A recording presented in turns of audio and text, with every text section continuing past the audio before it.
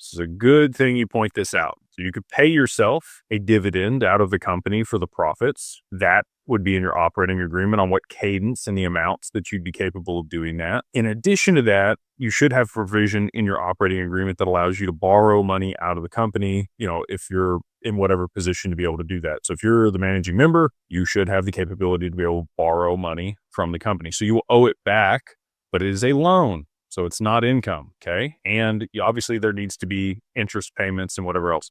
So you could loan yourself the money to buy the house out of your LLC in full, and then, or the down payment, whatever it is. And then it wouldn't be income. You would not be commingling assets. You would need to draft the debt note that is owed back to the company. Or again, you could pay yourself a dividend on whatever cadence for profits out of the corporation, which would also not be, commingling assets or cash. And I'm sure there's other ways. You want to pay your house off. If you're going to buy another property, you're going to buy a rental property, you'd set up a new LLC, and then you would buy that property through the new LLC that would be owned by the previous LLC. There's lots of ways to structure that. And that would be the way that I would look at that if you did want to pull money out of the company to pay your house off.